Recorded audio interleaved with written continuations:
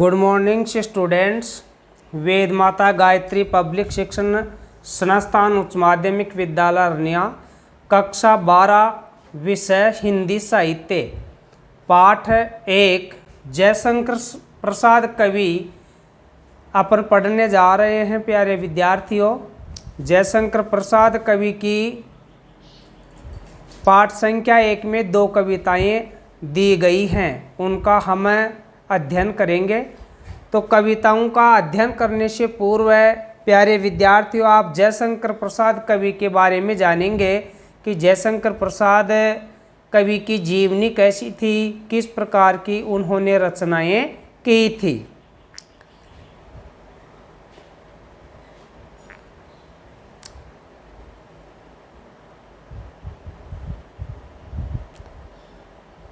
जयशंकर प्रसाद कवि, देखो विद्यार्थियों, ये जयशंकर प्रसाद कवि हैं। कौन है ये? जयशंकर प्रसाद कवि। इनका जन्म 1889 में हुआ और मृत्यु 1937 में हुई। जन्म कब हुआ? 1889 में, मृत्यु 1937 में। जयशंकर प्रसाद का जन्म काशी में हुआ। वे विद्यालय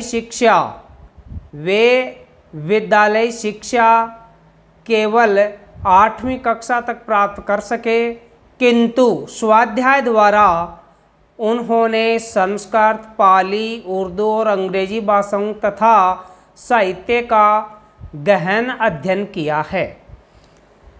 स्वाध्याय समझते हैं? स्वाध्याय से तात्पर्य है कि उन्होंने घर पर रह कर के पढ़ाई की। देखो विद्यार्थियों, घर पर रह कर भी उन्होंने कौन कौन से विषय पढ़े? संस्कृत, पाली भाषा, उर्दू, अंग्रेजी, इन सभी भाषाओं का गहन अध्ययन है वो जयशंकर प्रसाद जी ने किया है। आगे देखिए, इतिहास, दर्शन, धर्मशास्त्र और पुरातत्व के वे प्रकांड विद्वान माने जाते हैं। इतिहास, दर्शन, धर्मशास्त्र और पुरातत्व के प्रकांड विद्वान माने जाते हैं। प्रसाद जी अत्यंत सौम्य, शांत एवं गंभीर प्रकृति के व्यक्ति थे। प्रसाद जी कैसे व्यक्ति थे? प्रसाद जी हैं वो अत्यंत सौम्य, शांत एवं गंभीर प्रकृति। देखो विद्यार्थियों, प्रकृति का अर्थ होता है स्वभाव। तो उनका स्वभाव कैसा था? सौम्य, शालीन स्वभाव था, शांत और गंभीर मुद्रा से चिंतन करने वाले व्यक्ति थे जयशंकर प्रसाद। वे परनिंदा एवं आत्मस्तुति दोनों से सदा दूर रहते थे। ध्यान देना, परनिंदा से तात्पर्य है दूसरों की बुराई, एवं आत्मस्तुति मतलब स्वयं की बढ़ाई। एक तो दूसरों की बुराई और एक स्वयं की बढ़ाई करना, उनसे हमेशा जयशंकर प्रसाद दूर रहते थे। वे बहुमुखी प्रतिभा के धनी थे। कवि, लेखक, साहित्यकार, नाटककार, उपन्यासकार जितने भी हुए हैं विद्यार्थियों, उन्होंने बढ़िया से बढ़िया, अच्छे से अच्छी रचना क्रम करके है वो प्रतिभा प्राप्त की है। इसी कारण जयशंकर प्रसाद ने भी है वो अच्छी प्रतिभा प्राप्त करने के कारण इनको बहुमुखी प्रतिभा का धनी कहा जाता है। मूलतः वे कवि थे। मतलब देखो, इन्होंने, जयशंकर प्रसाद ने कहानी, नाटक, उपन्यास भी लिखे हैं, लेकिन मूल रूप से जयशंकर प्रसाद को कवि कहा जाता है। अगर आपको याद हो तो विद्यार्थियों, ये छायावाद के स्तंभ माने जाते हैं जयशंकर प्रसाद, है ना। छायावाद की जो 4 स्तंभ है ना, छायावाद के कितने स्तंभ हैं? छायावाद के 4 स्तंभ हैं। कितने स्तंभ हैं? छायावाद के 4 स्तंभ हैं। 4 स्तंभ किसके हैं? छायावाद के। तो उनमें जयशंकर प्रसाद है वो प्रमुख माने जाते हैं। ठीक है।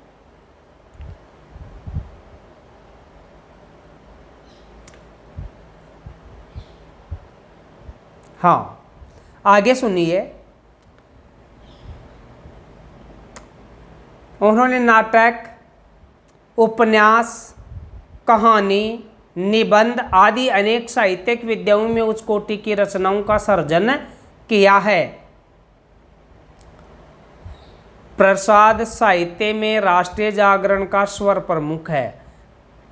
ध्यान देना, प्रसाद साहित्य में राष्ट्रीय जागरण का स्वर प्रमुख है। संपूर्ण साहित्य में, विशेषकर नाटकों में, प्राचीन भारतीय संस्कृति के गौरव के माध्यम से प्रसाद जी ने ये काम किया। उनकी कविताओं, कहानियों में भारतीय संस्कृति और जीवन मूल्यों की झलक मिलती है। प्रसाद ने कविता के साथ, देखो उनकी कविताओं में, ध्यान देना, उनकी कविताओं, कहानियों में भारतीय संस्कृति, अपने भारत देश की जो संस्कृति है वो और जीवन मूल्यों की झलक मिलती है। प्रसाद ने कविता के साथ नाटक, उपन्यास, कहानी संग्रह, निबंध आदि अनेक साहित्यिक विधाओं में लेखन कार्य किया है। अब देखिए उनकी प्रमुख रचनाएं, उनकी प्रमुख रचनाएं। प्रमुख रचनाओं के अंतर्गत है अजात शत्रु, अजात शत्रु, स्कंदगुप्त, चंद्रगुप्त, राजश्री, ध्रुव स्वामिनी, ये नाटक हैं। ध्यान देना, अजात शत्रु, देखो अजात शत्रु, स्कंदगुप्त, चंद्रगुप्त, राजश्री, ध्रुव स्वामिनी, ये तो है नाटक। कंकाल, तितली, इरावती, है ना, ये इरावती अपूर्ण है भाई, पूर्ण नहीं हो पाया था इनसे। उपन्यास है, कौन सा उपन्यास है? अधूरा उपन्यास है जयशंकर प्रसाद का इरावती। आंधी, इंद्रजाल, छाया, प्रतिध्वनि और आकाशदीप कहानी संग्रह हैं। काव्य और कला तथा अन्य निबंध, निबंध संग्रह, देखो काव्य और कला तथा अन्य निबंध, निबंध संग्रह, झरना, आंसू, लहर, कामायनी, कानन कुसुम और प्रेम पथिक, ये जयशंकर प्रसाद की क्या है? कविता संग्रह हैं। क्या हैं ये? कविता संग्रह हैं। कौन कौन सी हैं? एक बार पुनः नाम सुनिए। झरना, आंसू, लहर, कामायनी, कानन कुसुम और प्रेम पथिक, है ना। इन रचनाओं के ऊपर तो जयशंकर प्रसाद को पारितोषिक भी मिला हुआ है। अब देखो विद्यार्थियों, ये तो हमने क्या पढ़ा? जयशंकर प्रसाद की जीवनी पढ़ी, जयशंकर प्रसाद की रचनाएं पढ़ी, ठीक है ना। क्या पढ़ा हमने? जयशंकर प्रसाद की जीवनी और उनकी रचनाएं, है ना। आप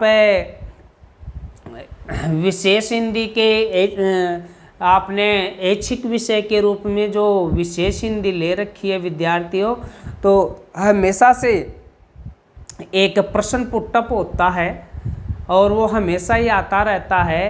क्या किसी कवि का, है ना, कोई भी कवि दे सकता है आपको, वही अपने पाठ्यक्रम में जो समाहित कवि हैं, जयशंकर प्रसाद है, निराला है, महादेवी वर्मा है, अज्ञे हैं, तो इसमें देता है कि भाई जैसे अज्ञे की जयशंकर प्रसाद का साहित्यिक परिचय लिखिए, ऐसा प्रश्न आता है, हमेशा आता है। तो उसमें आपको क्या करना पड़ेगा?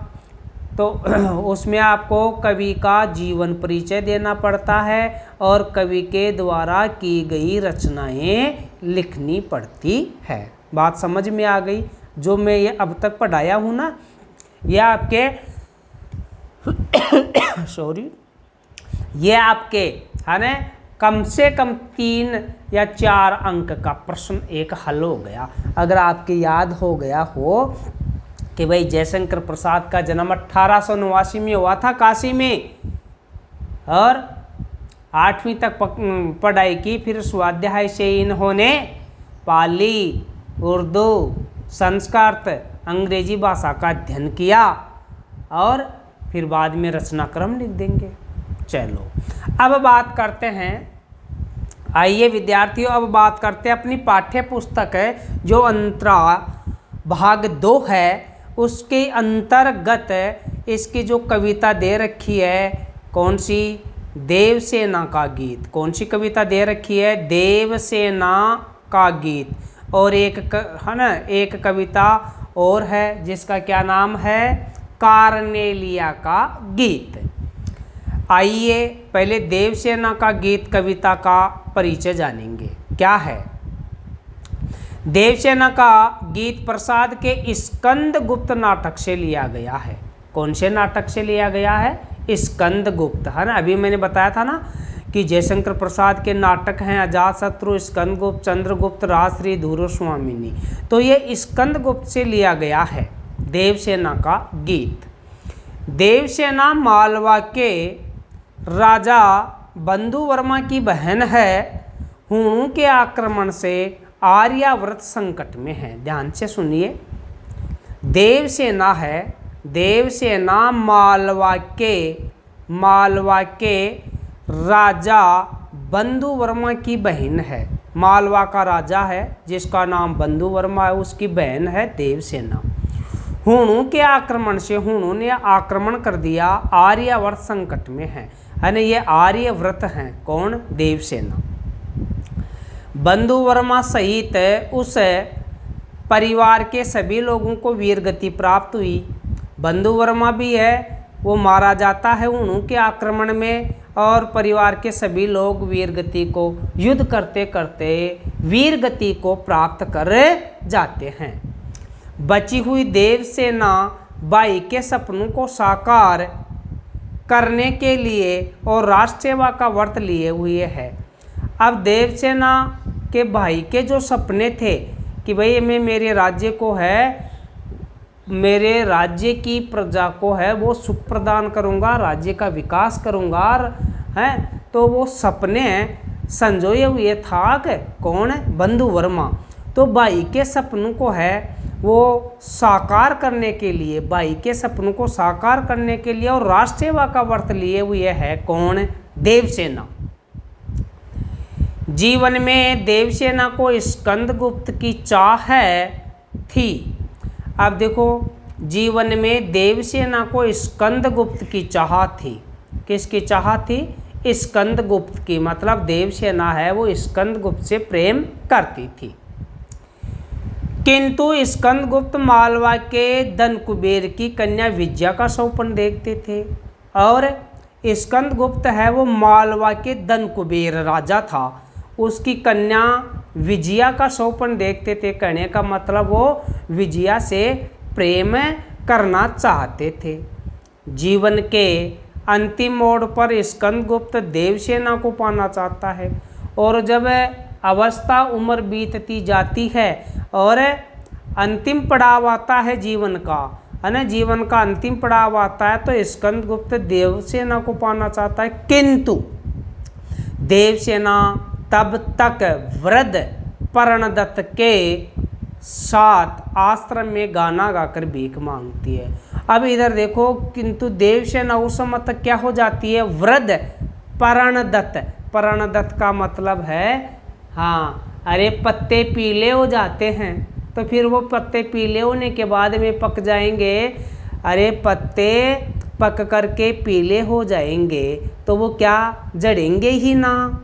तो अब देखिए, अब उसके उम्र है वो अंतिम पड़ाव की ओर है, किसकी, देवसेना की। तो अब देवसेना ने क्या किया, भाई देवसेना है वो स्कंदगुप्त को चाहती थी, लेकिन उसने उसके प्रेम को ठुकरा दिया। तो अब वो उसने सोचा कि भाई अब तो जीवन में, है ना, जिसकी आशा थी वो तो मिला नहीं, अब भीख मांग करके काम चलाना है। हाँ, 7 आश्रम में गाना गाकर भीख मांगती है और महादेवी की समाधि पुरस्कृत करती है। चलो आगे चलते हैं विद्यार्थियों, तीसरे पेज पर हाँ,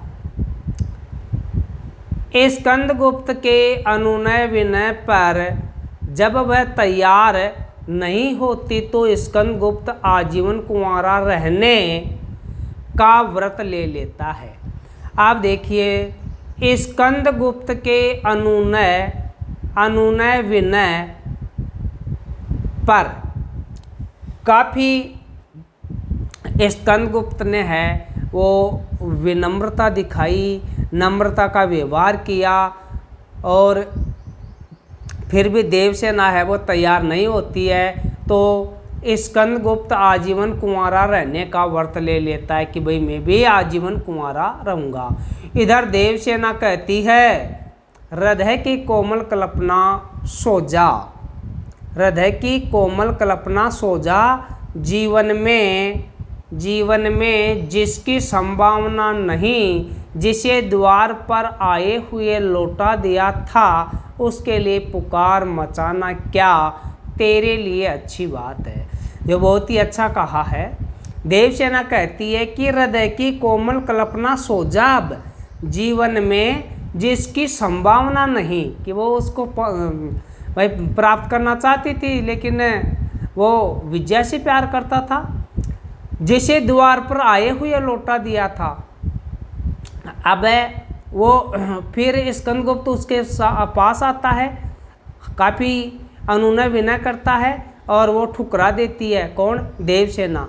फिर तब कहती है देवसेना कि भाई अपनी कोमल हृदय के बहू को समझाती हुई कहती है कि जिसे द्वार पर आए हुए लौटा दिया था, उसके लिए पुकार मचाना क्या तेरे लिए अच्छी बात है। भाई वो तो गयो अब, अरे मना कर देनी तो गयो अब है, बाबा तान तो घोड़ाई कोनी ना आवड़र है, मारवाड़ी कहावत है ना। चलो आगे। आज जीवन के भावी सुख, आज जीवन के भावी सुख, आशा और आकांक्षा सबसे मैं विदा लेती हूँ। देवसेना क्या कहती है कि आज जीवन के भावी सुख, आशा और आकांक्षा सबसे मैं विदा लेती हूँ। तब वह गीत गाती है ना, तब वह गीत गाती है। क्या गीत गाती है? आहा वेदना मिली विदाई, कि आ है, देखो ये आ है पीड़ा दुख का सूचक है। किसका सूचक है? पीड़ा और दुख का सूचक है। वेदना मिली विदाई, कि विदाई के समय मेरे को क्या मिली? वेदना। देवसेना का गीत कविता में देवसेना अपने जीवन पर दृष्टिपात करते हुए अपने अनुभवों में अर्जित वेदना में क्षणों को याद कर रही है। जीवन के इस मोड़ पर अर्थात जीवन संध्या की बेला में वह अपने यौवन के क्रियाकलापों को याद कर रही है। वह अपने यौवन के क्रियाकलापों को ब्रह्मवश किए गए, है ना, ब्रह्मवश किए गए कर्मों की श्रेणी में ही रख रही है, और उस समय की गई नादानियों के पश्चाताप स्वरूप उसकी आंखों से आंसू की अज्रधारा बहती जा रही है। देखो देवसेना ने क्या किया? वह अपने अनुभवों के क्रियाकलापों को ब्रह्मवश किए गए कर्मों की श्रेणी में रख रही है, और उस समय की गई नादानी ना समझी रहे, मूर्खता करीबा देवसेना। तो मूर्खता करने के बाद में विद्यार्थियों आपको भी पता है क्या करना पड़ता है? पश्चाताप के सिवाय और कुछ नहीं मिलता। उसकी आंखों से आंसू की अज्र धारा बहती जा रही है, आंसू की धारा बहती जा रही है। अपने आसपास उसे सबकी प्यासी निगाहें दिखाई पड़ती है, और वह स्वयं को इनसे बचाने की कोशिश करती है। फिर भी जो उसके जीवन की पूंजी है, सारी कमाई है, वह उसे बचा नहीं सकी। यही विडंबना है। अरे उसके जीवन की पूंजी है ना, सारी कमाई है, वो उसे बचा नहीं सकी, यही विडंबना है। विडंबना का अर्थ क्या होता है? दुर्भाग्य। क्या अर्थ होता है इसका? विडंबना का दुर्भाग्य। जीवन की पूंजी यह है कि वो किसको चाहती थी?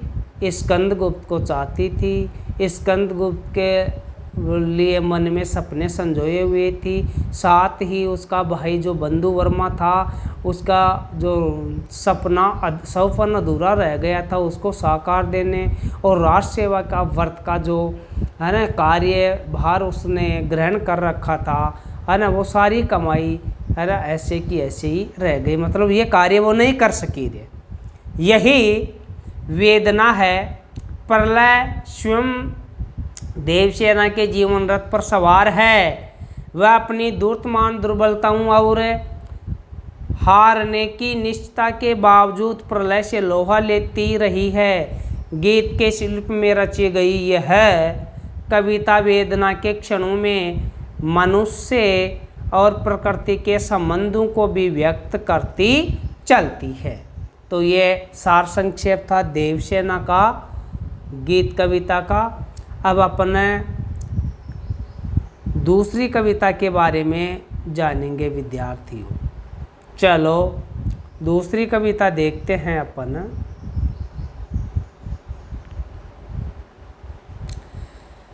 दूसरी कविता है अपनी कार्नेलिया का गीत। दूसरी कविता कौन सी है? दूसरी कविता कार्नेलिया का गीत प्रसाद के चंद्रगुप्त नाटक का एक प्रसिद्ध गीत है। ये पहले वाली कविता थी वो स्कंदगुप्त नाटक से ली गई थी, और ये कौन से नाटक से है? चंद्रगुप्त नाटक से है। देखना, कार्नेलिया है ना, पहले वाली बात में तो हमने की थी बंधुवर्मा की बहन देवसेना की बात। यहाँ पर सुनिए, कार्नेलिया सिकंदर के सेनापति है ना सेल्यूकस है भैया, है ना, सिल्यूकस नहीं सेल्यूकस की बेटी है। कार्नेलिया सिकंदर के सेनापति, अरे सिकंदर आया था ना का सेनापति सेल्यूकस की बेटी है। सिंधु के किनारे है ना, सिंधु नदी के किनारे ग्रीक शिविर के पास वृक्ष के नीचे बैठी हुई है। कहती है, क्या कहती है कार्नेलिया? सिंधु का ये मनोहर तट जैसे मेरी आँखों के सामने एक नया चित्रपट उपस्थित कर रहा है। इस वातावरण से धीरे धीरे उड़ती हुई प्रशांत स्निग्धता जैसे हृदय में घुस रही है। लंबी यात्रा करके जैसे मैं वहीं पहुंच गई हूं जहां के लिए चली थी। कार्नेलिया सिंधु नदी के किनारे बैठी है, और सिंधु नदी के किनारे बैठ करके वहाँ का प्राकृतिक सौंदर्य, वहाँ की हरियाली, वहाँ की सुगंधित हवा, वहाँ के प्राकृतिक वातावरण को देख करके है वो काफ़ी अचंभित होती है। और तब कहती है कि मैं जहाँ है ना मेरी जो लंबी यात्रा है जहाँ से चली थी है ना वहीं मैं पहुँचे गई हूँ। जहाँ के लिए चली थी ये कितना निसर्ग सुंदर है, निसर्ग सुंदर है, कितना रमणीय है, विचरण करने योग्य। रमणीय का अर्थ क्या होगा? विचरण करने योग्य। हाँ वह आज वह भारतीय संगीत का पाठ देखूं भूल तो नहीं गई। तब वह ये गीत गाती है, तब ये गीत गाती है ना, भारतीय संगीत का पाठ देखूं कहीं भूल तो नहीं गई हूँ। तब कार्नेलिया गीत गाती है। क्या गीत गाती है? सुनो विद्यार्थियों। अरुण यह मधुमय देश हमारा, अरुण यह मधुमय देश हमारा, इस गीत में हमारे देश की गौरव गाथा तथा प्राकृतिक सौंदर्य को भारतवर्ष की विशिष्टता और पहचान के रूप में प्रस्तुत किया गया है। पक्षी भी अपने प्यारे घोंसले की कल्पना कर जिस ओर उड़ते हैं। देखो किस अरुण यह मधुमेह देश हमारा, इस गीत में हमारे देश की गौरव गाथा, अपना भारत देश है ना, इसकी गौरव की कहानी, गौरव की कथा बताई गई है। तथा प्राकृतिक सौंदर्य, भारत देश का कौन सा सौंदर्य है? प्राकृतिक सौंदर्य की विशेषता और पहचान के रूप में प्रस्तुत किया गया है। पक्षी भी अपने प्यारे घोंसले की कल्पना कर जिस ओर उड़ते हैं वही यह प्यारा भारतवर्ष है।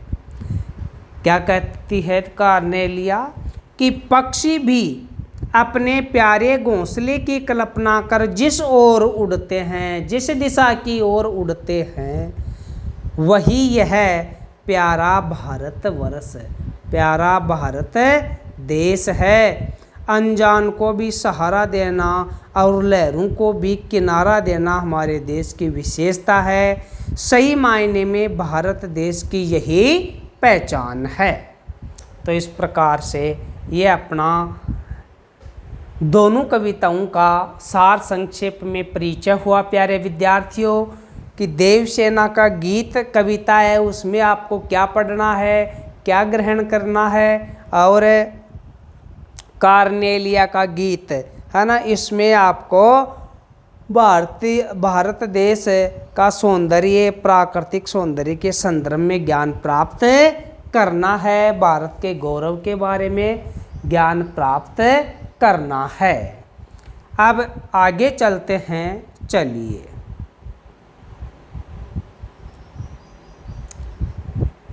देखिए विद्यार्थियों, ये अपनी कविता आ गई है देवसेना का गीत। थोड़ा सा मैं बताऊंगा आपको। देखो ये भारत का नक्शा है, देख लेना, ये उत्तर दिशा है ना, और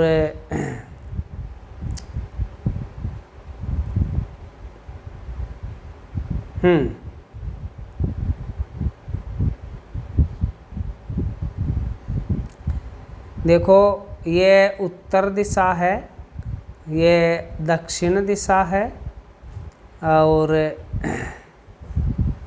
ये पश्चिम दिशा है, और ये पूर्वी दिशा है। ठीक है, तो इस भारत देश के ऊपर देखो, ये जो आप देख रहे हैं ये क्या है? सूर्य की पड़ने वाली क्या है? किरणें हैं।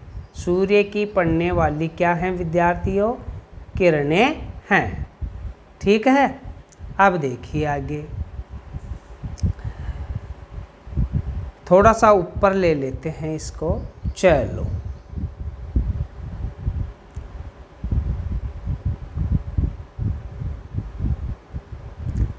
देवसेना का गीत देखो, देवसेना अपना गीत कैसे गा रही है। हाँ,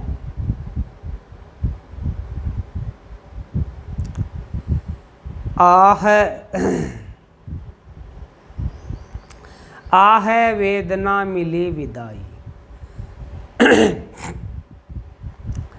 आह वेदना मिली विदाई, मैंने भ्रमवश जीवन संचित, मधुकरियों की भीख लुटाई। छल छल थे संध्या के श्रम कण, छल छल थे संध्या के श्रम कण, आंसू से गिरते थे प्रतिक्षण, मेरी यात्रा पर लेती थी निर्वता अनंत अंगड़ाई। श्रमित सौपन की मधुमाया में, गहन विपन की तरु छाया में, पथिक उनिंदी श्रुति में किसने ये विहाग की, है ना, थोड़ा सा बढ़ा लेते हैं, ये विहाग की तान उठाई, ये विहाग की तान उठाई। लगी सतृष्ण दीठ, लगी सतृष्ण दीठ सबकी, रही बचाए फिरती कब की मेरी आशा। आहा बावली तूने खोदी सकल कमाई, चढ़कर मेरे जीवन रथ पर प्रलय चल रहा अपने पथ। थोड़ा आगे और चलते हैं।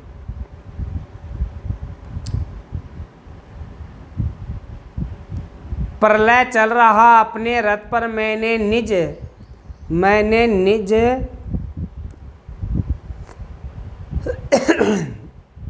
दुर्बल पद बल पर, उससे हारी होड़ लगाई। लौटा लो ये अपनी थाती, मेरी करुणा हाहा खाती। विश्व न संभलेगी ये मुझसे, इससे मन की लाज गंवाई। इस स्कंदगुप्त नाटक से लिया गया है। एक बार मैं पुनः आपको बता दूं।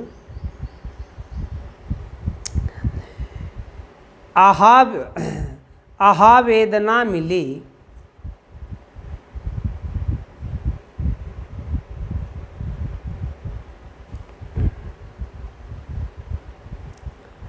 आहा वेदना मिली विदाई। मैंने भ्रमवश जीवन संचित, मधुकरियों की भीख लुटाई।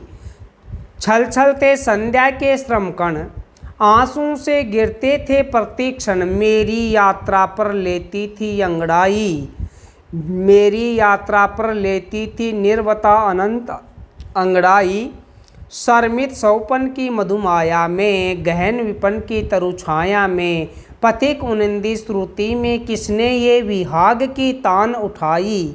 लगी से तृष्ण दीठ थी सबकी, रही बचाए फिरती कब की मेरी आशा। आहा बावले तूने तो खोदी सकल कमाई, चढ़कर मेरे जीवन रथ पर प्रलय चल रहा अपने पथ पर।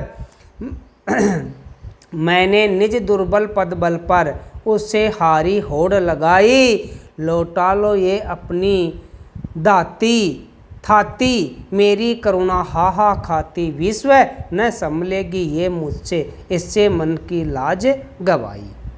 ठीक है विद्यार्थियों, तो ये अपना क्या हुआ भाई, ये अपनी कविता का वाचन हुआ। अब मैं आपको कुछ शब्दार्थ बताना चाह रहा हूँ, तो शब्दार्थ लिख दो यहीं पे। चलो लिख देता हूँ, लिखिए। देखो आ है जो शब्द है उसमें दुख या पीड़ा का भाव है। ठीक है, आहा का अर्थ लिखो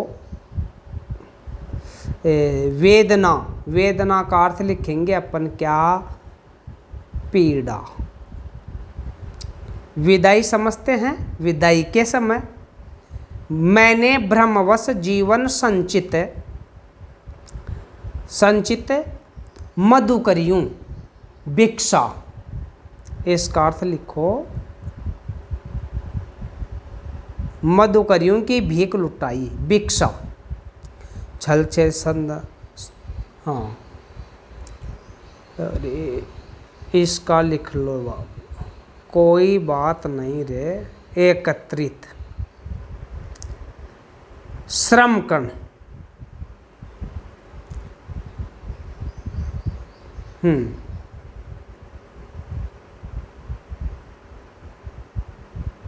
श्रमकण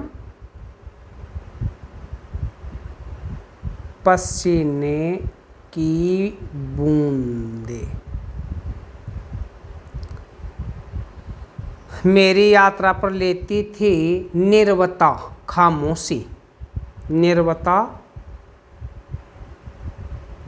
खामोशी। हाँ, अनंत, जिसका अंत नहीं हो, अनंत हो जाएगी।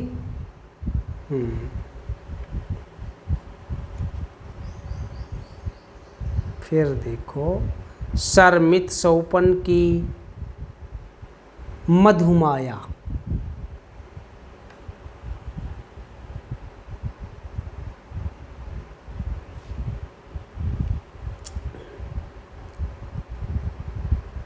गहन विपिन का अर्थ लिख लो घना जंगल, घना जंगल।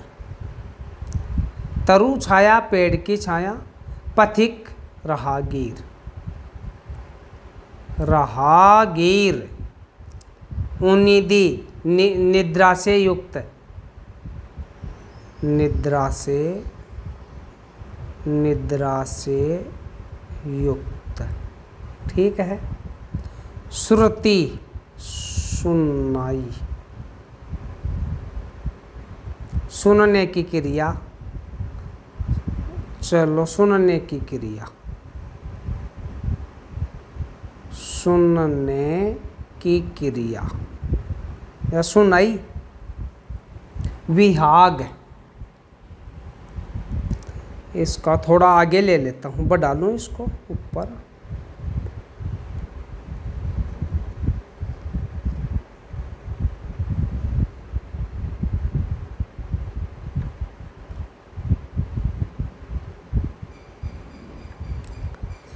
विहाग, अर्धरात्रि में गाया जाने वाला गीत। अर्धरात्रि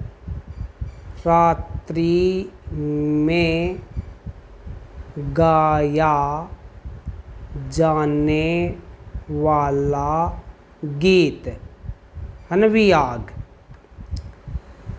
हाँ। सतृषण, तृष्णा के साथ, तृष्णा के साथ। दीठ का अर्थ लिखो दृष्टि, दृष्टि। सकल कमाई, सारी कमाई। देखो ये है देवसेना, है ना, ये चित्र में दिखाई दे रहे हैं ना, ये है देवसेना। सारी कमाई। प्रलय का अर्थ क्या होता है? प्रलय समझते हैं ना, वही बात है। निज अपनी दुर्बलता पदबल पर उससे हारी होड़ लगाई, है ना, हार करके।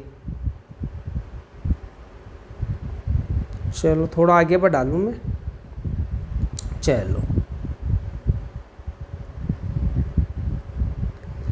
हाँ, कुछ और शेष बच गए शब्दार्थ।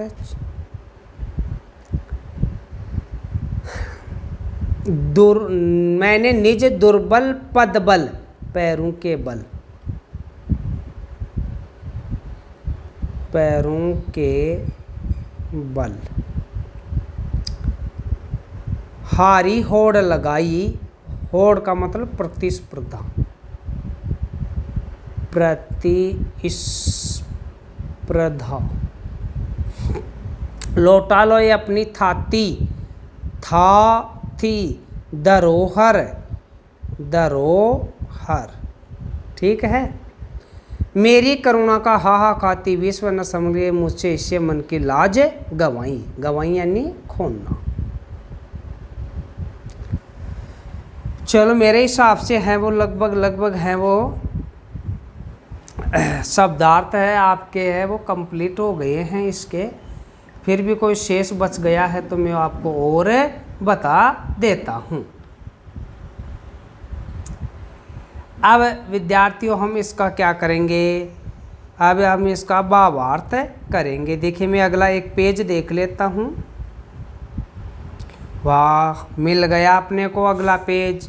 तो देखो यहाँ पर मैं विशेष लिख देता हूँ, सॉरी, हम क्या करने जा रहे हैं, व्याख्या करने जा रहे हैं, तो प्रसंग लिखेंगे। क्या लिखेंगे? प्रसंग। तो लिखता हूँ मैं प्रसंग। प्रस्तुत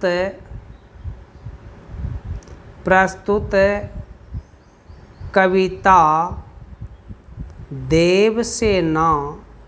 देवसेना का गीत। प्रस्तुत कविता देवसेना का गीत अंतरा भाग 2 के पदभाग से अवतरित जयशंकर प्रसाद कवि द्वारा रचित है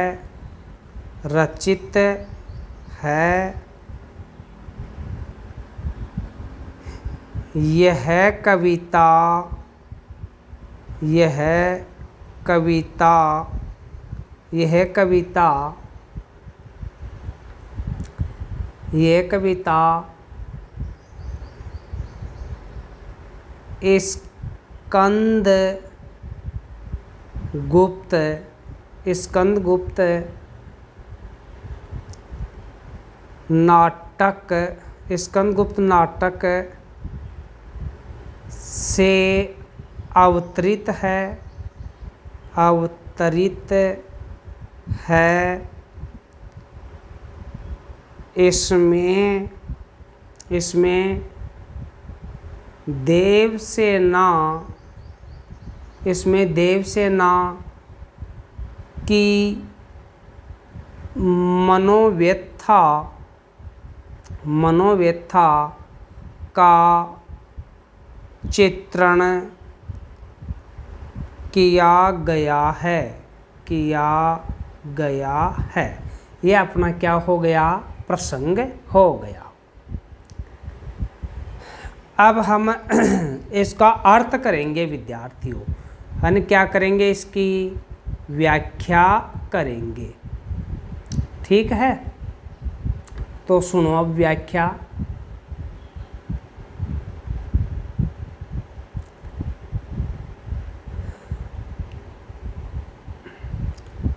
पहले वाले पेज पर चलेंगे अपन।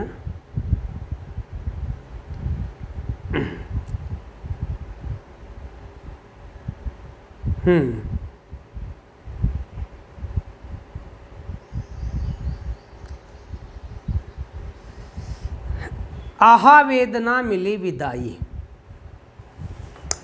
मैंने ब्रह्मवश जीवन संचित मधुकरियों की भीख लुटाई।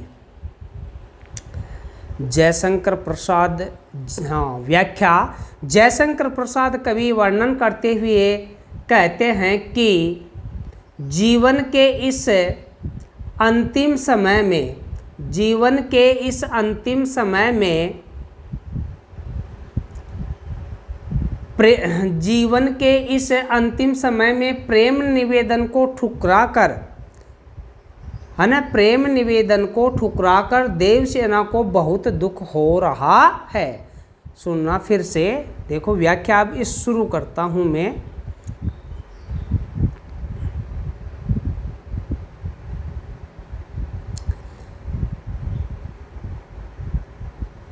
जयशंकर प्रसाद कवि कहते हैं, जीवन के इस अंतिम समय में प्रेम निवेदन को ठुकरा कर, है ना, प्रेम निवेदन को ठुकरा कर देवसेना को बहुत दुख हो रहा है, बहुत दुख हो रहा है, जिसका उसने जीवन भर इंतजार किया, उसे वह, है ना, वो नहीं अपना सकती। इसी प्रेम के भ्रम में उसने अपने पूरे जीवन की इच्छाओं, अभिलाषाओं को लुटा दिया है ना, जीवन के अभिलाषाएं थी, इच्छाएं थी, उनको लुटा दिया है, लुटा दिया है। वो कहती है कि उसके दुख से दुखी होकर ये शाम भी अब आंसू बहा रही है, उसके दुख से दुखी होकर के ये शाम का समय है, वो भी क्या आंसू बहा रही है, अर्थात तब वह जीवन के दुख से थक गई है। उसने जीवन भर दुख ही देखा है, उसके पूरे जीवन में सिर्फ अकेलापन ही साथी था, है ना, मेरी यात्रा पर लेती थी, है ना, निर्वत अंगड़ाई थी। आगे देखो, श्रमित सौपन की मधुमाया में गहन विपन की तरु छाया में पथिक उन्नति श्रुति में किसने ये विहाग की तान उठाई। आगे क्या कहती है, देवसेना अपने पुराने समय को याद करते हुए सोचती है कि जब वह अपने प्रेम को पाना चाहती थी, है ना, देवसेना अपने पुराने समय को याद करते हुए सोचती है कि जब वह अपने प्रेम को पाना चाहती थी तब वह उन प्रयत्नों में सफल नहीं हुई। आज वही प्रेमी उससे प्रेम निवेदन कर रहा है, प्रेम प्रस्ताव दे रहा है, जीवन के इस पड़ाव में उसे ये निवेदन बहुत दुख दे रहा है। ये विहाग अर्थात बिछुड़ने की तान उसे अच्छी नहीं लग रही है। ठीक है,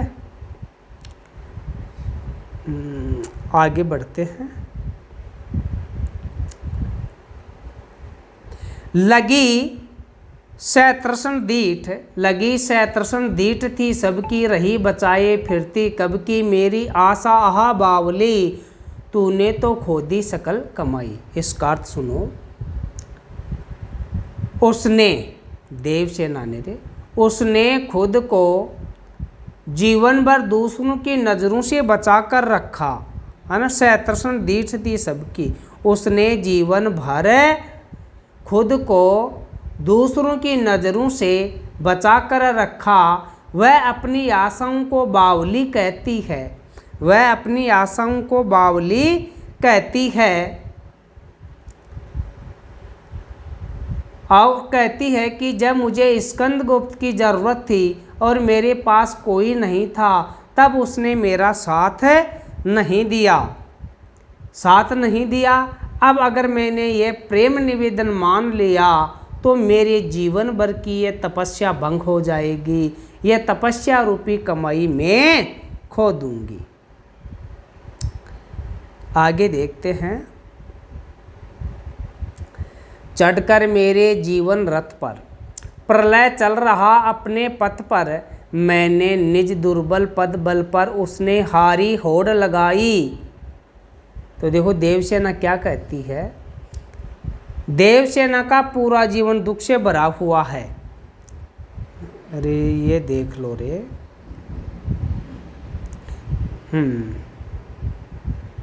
चढ़कर मेरे जीवन रथ पर, तो देवसेना का पूरा जीवन है वो दुखों से भरा हुआ है और इस प्रस्ताव के बाद वो और दुखी हो गई है। वह जानती है कि वह कमज़ोर है, मगर वो हार नहीं मानना चाहती है। हारी होड़ लगाई, वो अरे कमज़ोर है लेकिन वो हार मानना नहीं चाहती है।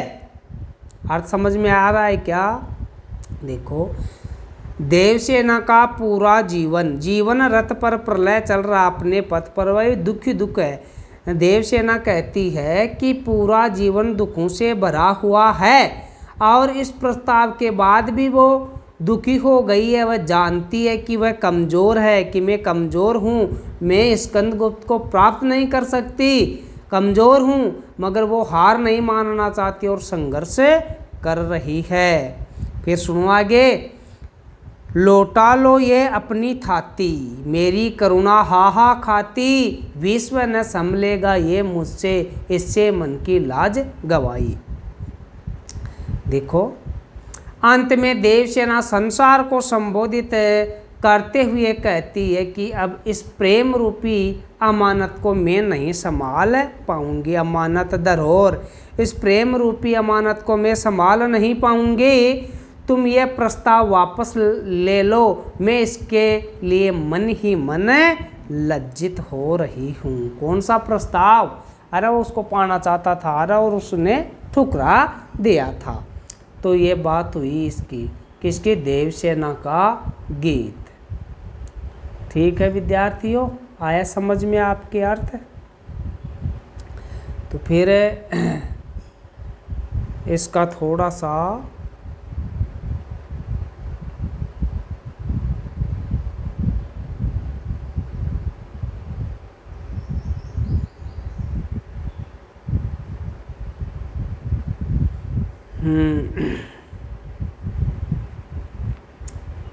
चलो अगला देख लेते हैं। कार्नेलिया का गीत भी तो देखना है ना।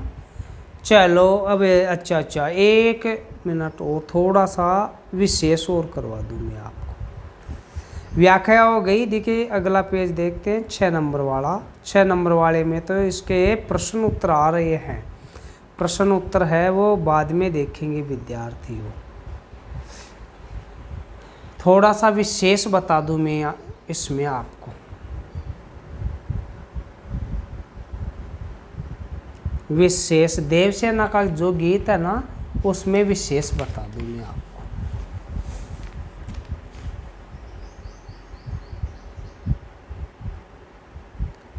इसमें देवसेना की मनोदशा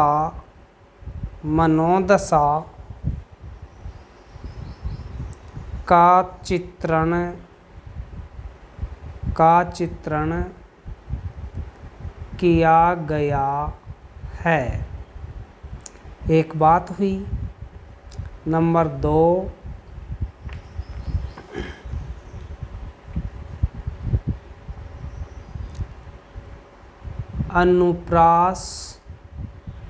अनुप्रास उपमा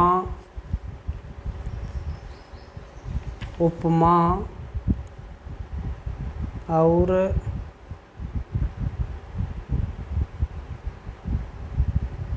काव्यलिंग अलंकार प्रयुक्त हैं।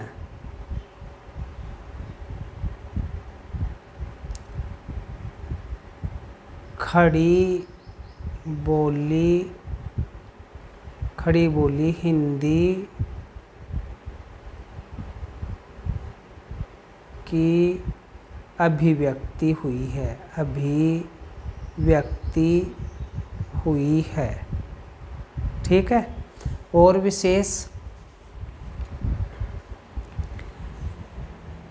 और विशेष में आप है माधुर्य गुण है इसमें, है ना।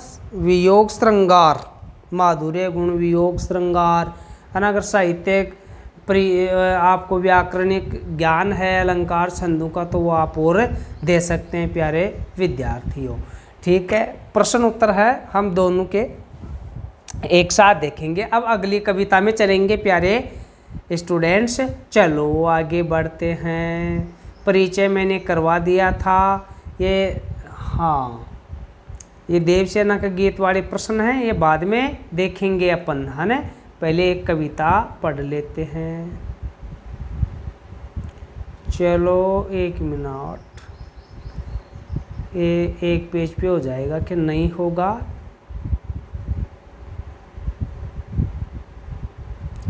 आगे बढ़ते हैं।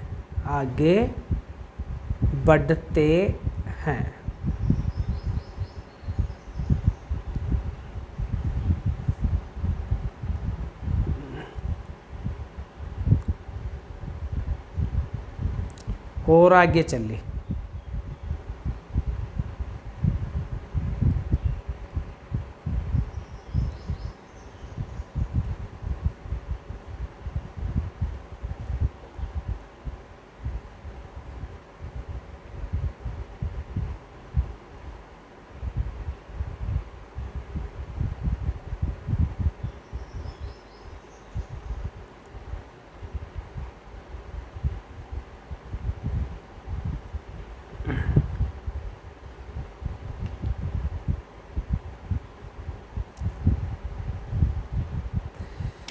विद्यार्थियों कार्नेलिया का गीत पढ़ेंगे अपन। कविता कौन सी पढ़ेंगे?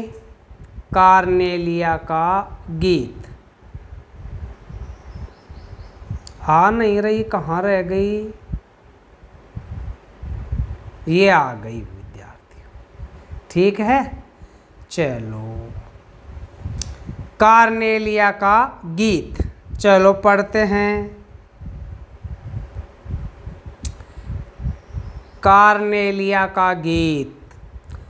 अरुण यह मधुमय देश हमारा, जहाँ पहुँच अनजान क्षितिज को मिलता एक सहारा। सैरस तामरस ग्रभ विभा पर नाच रही तरुषिका मनोहर। छिटका जीवन हरियाली पर मंगल कुमकुम सारा। लघु सुरधनु से पंख पसारे, शीतल मलय समीर सहारे।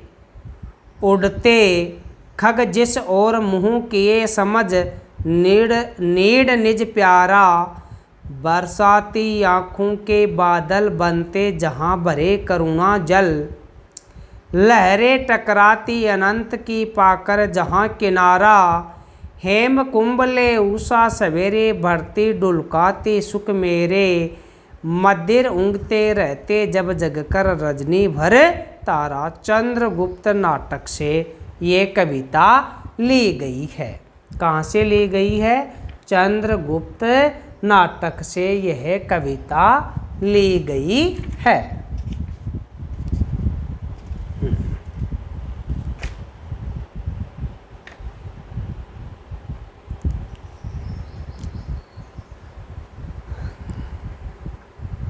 कार्नेलिया का गीत।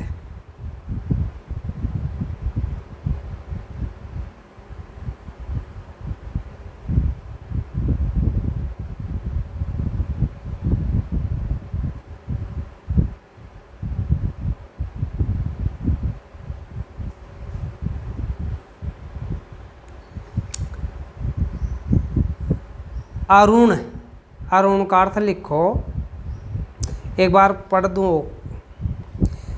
अरुण ये मधुमय देश हमारा, जहाँ पहुँच अनजान क्षितिज को मिलता एक सहारा। सैरस ताम रस गर्भ विभा पर नाच रही तरुषिका मनोहर, छिटका जीवन हरियाली पर मंगल कुमकुम सारा।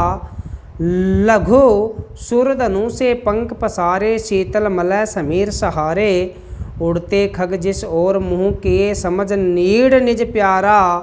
बरसाती आँखों के बादल बनते जहाँ भरे करुणा जल, लहरें टकराती अनंत की पाकर जहाँ किनारा।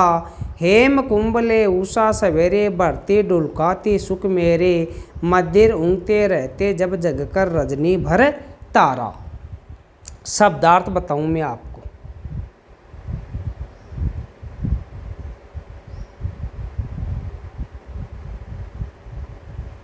अरुण,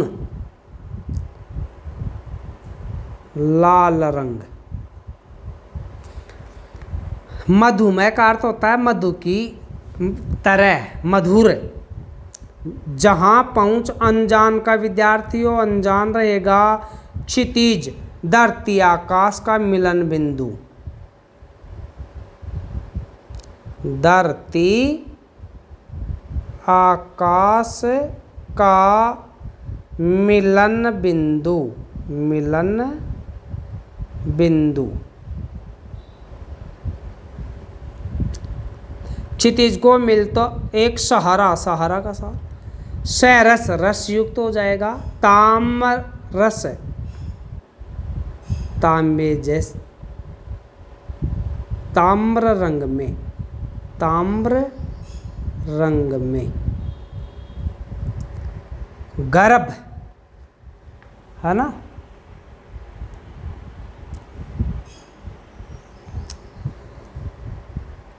तरुशिखा पेड़ की चोटी, पेड़ की चोटी। मनोहर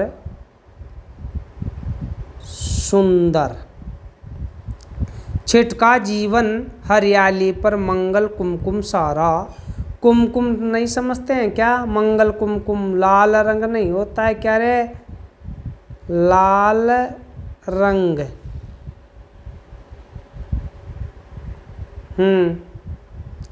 लघु सुरधनु, छोटा इंद्रधनुष, छोटा इंद्रधनुष। पंख पसारे, पंख यानी पंख, पसारे यानी फैलाना। शीतल मलय समीर, समीर हवा, मलय पर्वत। समीर का अर्थ लिखेंगे हवा। उड़ते खग, खग पक्षी जिस ओर मुँह किए, समझ नीड़ निज प्यारा। बरसाती आँखों के बादल बनते जहाँ भरे करुणा जल, लहरें टकराती अनंत की पाकर जहाँ किनारा। हेम कुंभ स्वर्ण कलश,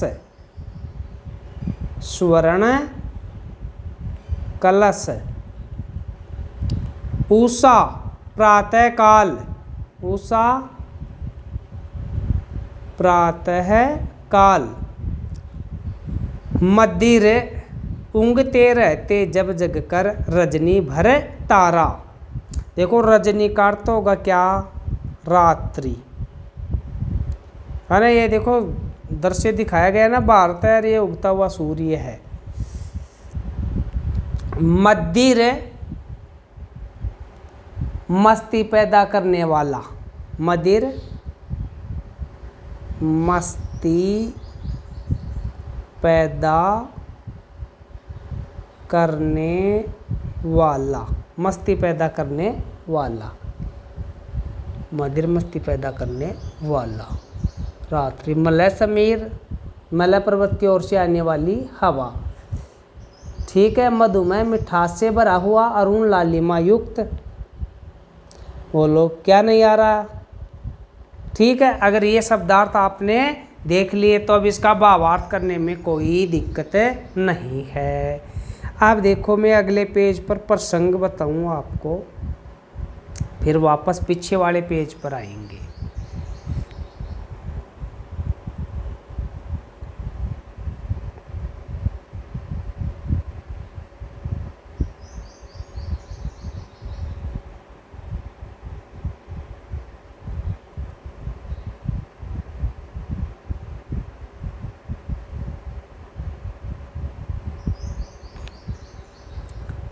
इसका कार्नेलिया का जो गीत है उसका प्रसंग देखिए। यह कविता, यह कविता, यह कविता हमारी पाठ्य पुस्तक, पाठ्य पुस्तक, पाठ्य पुस्तक अंतरा भाग 2 के पद्य भाग में, पद्य भाग में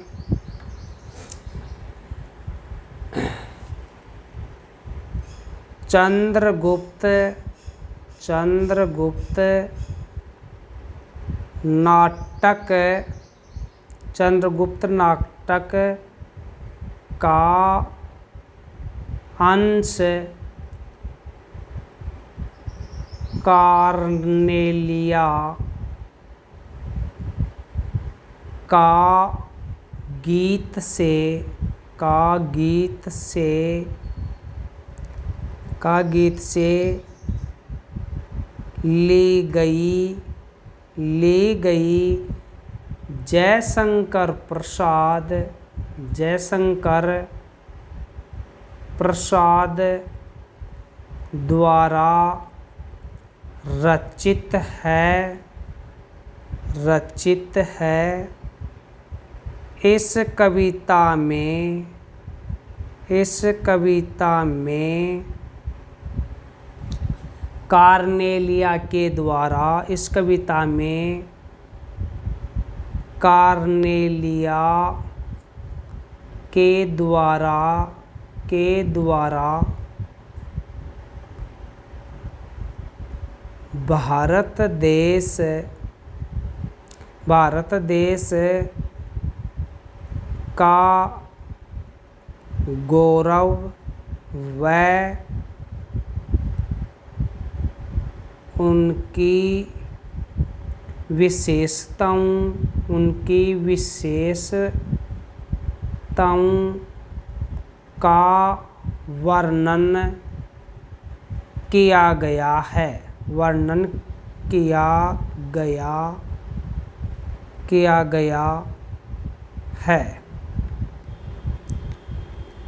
अब करेंगे हम इसकी व्याख्या। अब व्याख्या में हम पुनः है वो पीछे बैक चलेंगे।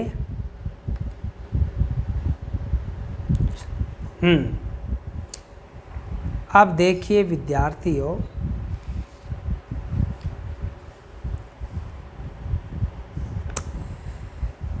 अरुण ये मधुमेह देश हमारा, जयशंकर प्रसाद कवि वर्णन करते हुए कहते हैं कि कार्नेलिया ने, जो किसके, सिकंदर के सेनापति सेल्यूकस की क्या थी, पुत्री थी। जयशंकर प्रसाद, कवि जयशंकर प्रसाद कहते हैं कि सिकंदर के सेनापति सेल्यूकस की पुत्री कार्नेलिया भारत देश की विशेषताओं का वर्णन करते हुए कहती है, अरुण ये मधुमय देश हमारा, कि यह लाल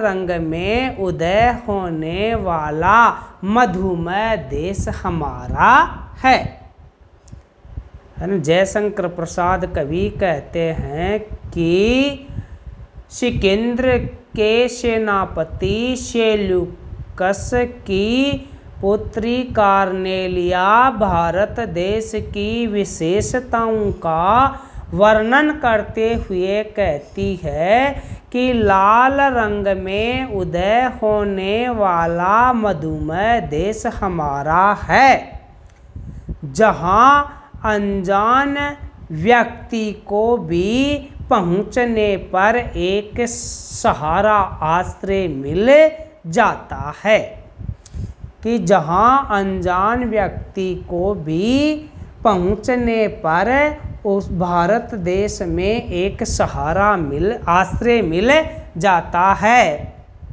सैरस ताम रस गर्भ विभा पर नाच रही तरु शिखा मनोहर।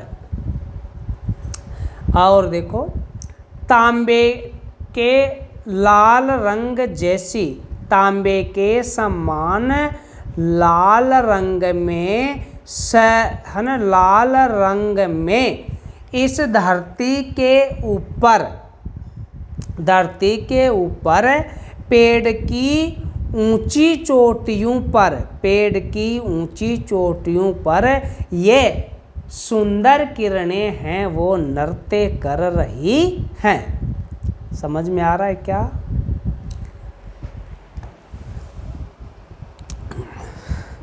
कि है ना, पृथ्वी के ऊपर तांबे के समान लाल रंग वाली ये लाल किरणें पेड़ों की ऊंची चोटियों के ऊपर है वो सुंदर नृत्य करती प्रतीत हो रही है। छिटका जीवन हरियाली पर मंगल कुमकुम सारा। और भारत देश की इस हरियाली के ऊपर सूर्य की लाल किरणें गिरने के कारण इस प्रकार का दृश्य लग रहा है कि जैसे इस हरियाली के ऊपर कुमकुम है ना, मतलब लाल रंग फैला दिया हो, लाल रंग डाल दिया गया हो। समझ रहे हैं क्या बात को? कि छिटका जीवन हरियाली पर मंगल कुमकुम सारा, कि भारत देश की हरियाली के ऊपर है ना, भारतवासियों का हरा भरा जीवन, इसके ऊपर प्रातः काल के समय जो लाल रंग की किरणें गिरती हैं वे कुमकुम के समान सुंदर लगती हैं, अर्थात वो अपनी लालिमा इस हरियाली पर फैला देती हैं। लघु सूरधनु से पंख पसारे शीतल मलय। और देखो, आकाश में उड़ने वाले पक्षी जब अपने पंख फैलाकर उड़ते हैं तो वे छोटे इंद्रधनुष के समान लगते हैं। आकाश में उड़ने वाले पक्षी जब अपने पंख फैला करके उड़ते हैं तो आकाश में छोटे इंद्रधनुष के समान दिखाई देते हैं। शीतल मलय समीर सहारे।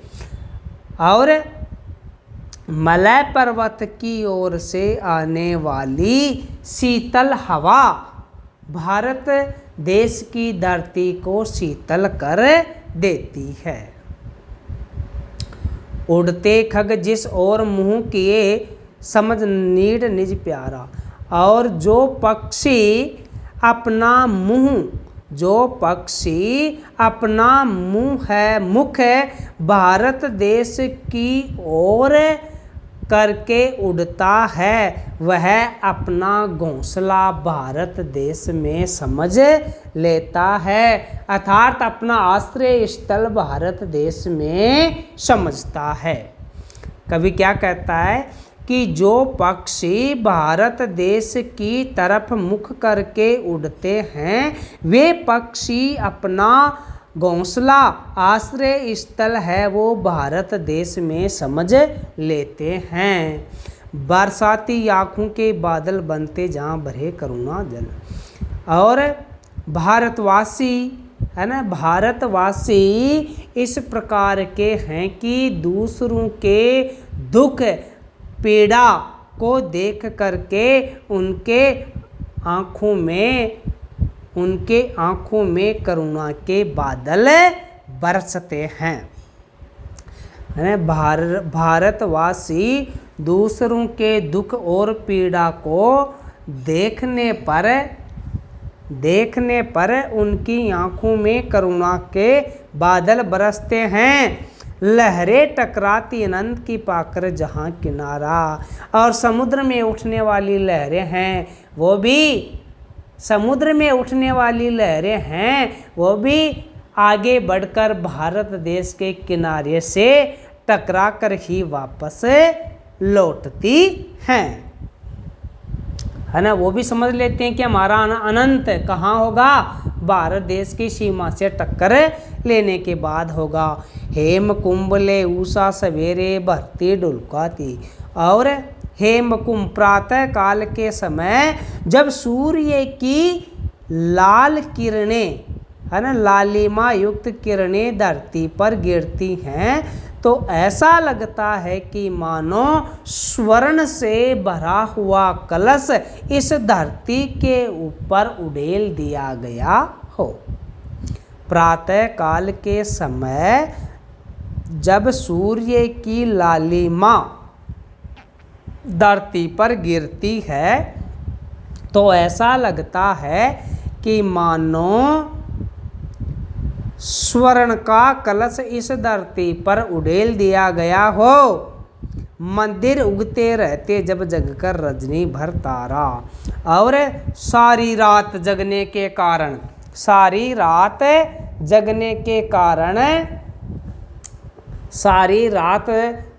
के कारण ऊँगने वाले तारे हैं वो भी इस आकाश में दिखाई देते हैं। क्या होगा? मंदिर उगते रहते जब जगकर रजनी भर तारा, है ना। रात्रि के समय है वो मस्ती पैदा करने वाले तारे हैं, वो प्रातः काल के समय, है ना, ऊँगते हुए, है ना, सारी रात जगने के कारण ऊँगते हुए दिखाई देते हैं। ये था बहुत ही सुंदर, है ना, भावार्थ किया है जयशंकर प्रसाद कवि के द्वारा। इस कविता बहुत अच्छी है, समझ में आ गया होगा या पुनः बताने की ज़रूरत पड़ेगी। वैसे तो ये तो भाई रिकॉर्डिंग क्लास है, आप इसमें फिर से रिकॉर्ड करके है वो देख सकते हैं। अब विद्यार्थियों में इसका विशेष बता दूं और विशेष के बाद में अपन प्रश्न उत्तर करेंगे। देखिए पेज देखता हूं मैं, विशेष के लिए कितने हैं कितने नहीं है। चलो व्याख्या हो गई और विशेष देखेंगे यहाँ पर। कार्नेलिया कविता के विशेष। कार्नेलिया का गीत, कार्नेलिया का गीत, कार्नेलिया का गीत में भारत देश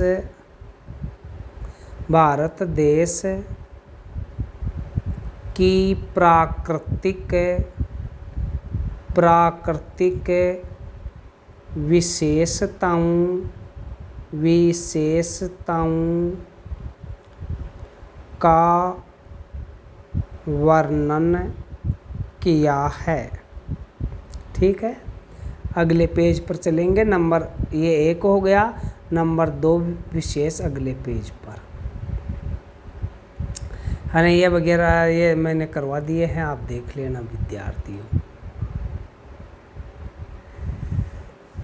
ठीक है, नंबर 2 विशेष। विशेष में नंबर 2 देखो, हेमकुंभ और लघु सुरधनु। हेमकुंभ में तो कौन सा होगा? रूपक अलंकार। हेम कुंभ में रूपक व लघु सुरधनु व लघु सुर धनु में कौन सो? उपमा अलंकार। उपमा अलंकार, उपमा अलंकार का प्रयोग हुआ है। चलो नंबर 3 में देखते हैं।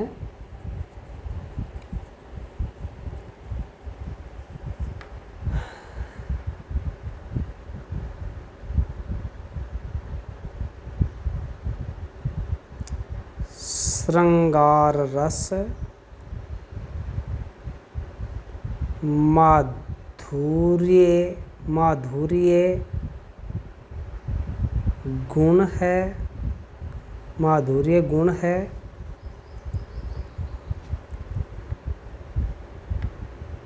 गुण है। नंबर 4 भाषा अभिव्यक्ति। भाषा अभिव्यक्ति सरल, सुबोध और सुगम्य है। सुगम्य है, ये इसका क्या हो गया? विशेष। अब हम विद्यार्थियों इसका क्या करेंगे? प्रश्न उत्तर करेंगे। क्या करेंगे? प्रश्न उत्तर करेंगे। आओ, प्रश्न स्टॉप ऑन हुआ।